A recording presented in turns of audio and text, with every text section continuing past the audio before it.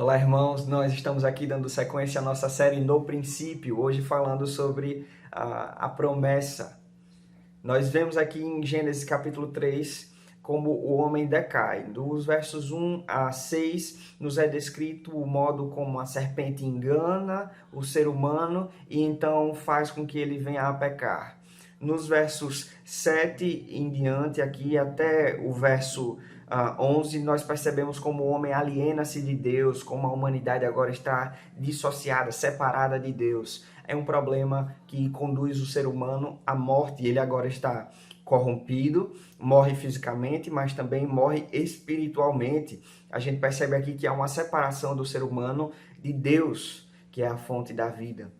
Então, em Gênesis capítulo 3, verso 15, é interessante notar que Deus está aqui proferindo algumas palavras àqueles indivíduos, ao homem, à mulher e à serpente.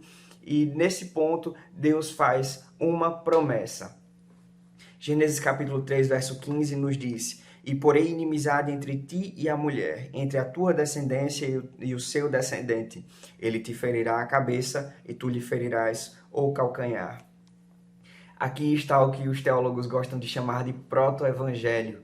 Nesse momento mais inicial, ali, logo após o pecado do ser humano, Deus aparece com a solução e promete a solução. Aqui está a primeira promessa na história da humanidade acerca do Salvador que viria. Aqui, logo no momento inicial. Então nós percebemos que Deus não abandona a humanidade, mas que já providenciara uma salvação para essa humanidade, um meio para que essa humanidade pudesse retornar à comunhão com Ele. Esse Deus amoroso e interessado, então, vem em Cristo Jesus ao nosso encontro. Mas vale ressaltar que essa promessa feita aqui, em Gênesis capítulo 3, verso 15, é desenvolvida ao longo de todo o Antigo Testamento. Por exemplo, em Abraão, quando nós vemos ali que nele serão benditas todas as famílias da terra, na descendência dele, em Cristo Jesus, de fato são benditas, abençoadas todas as famílias da terra.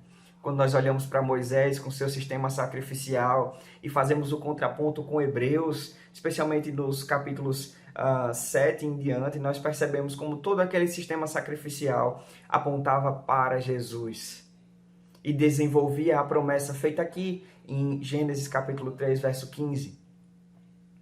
Quando nós vemos a mensagem dos profetas, de Isaías e de outros, nós percebemos como a mensagem deles apontava para o Messias que viria. Quando nós olhamos para a própria história do rei Davi, ao qual é prometido que a sua descendência vai reinar para sempre, e olhamos para Mateus capítulo 1, nós vemos como essas duas coisas se cruzam e percebemos que é Jesus, o descendente de Davi, que reina para sempre. Mas essa promessa maravilhosa já estava presente aqui no início de todas as coisas. Deus já havia prometido a salvação que viria por meio de Jesus Cristo. Assim, Deus é o primeiro missionário, se é que nós podemos dizer assim. Ele é a primeira pessoa a anunciar a mensagem do Evangelho a seres humanos caídos. Que bênção! Nós devemos, meus irmãos, dar continuidade a essa missão de Deus de reconciliar a humanidade consigo mesmo. Paulo nos diz ali em 2 Coríntios capítulo 5, verso 20, de sorte que somos embaixadores por Cristo, como se Deus por nós rogasse. Rogamo-vos, pois, por Cristo, que vos reconcilieis com Deus.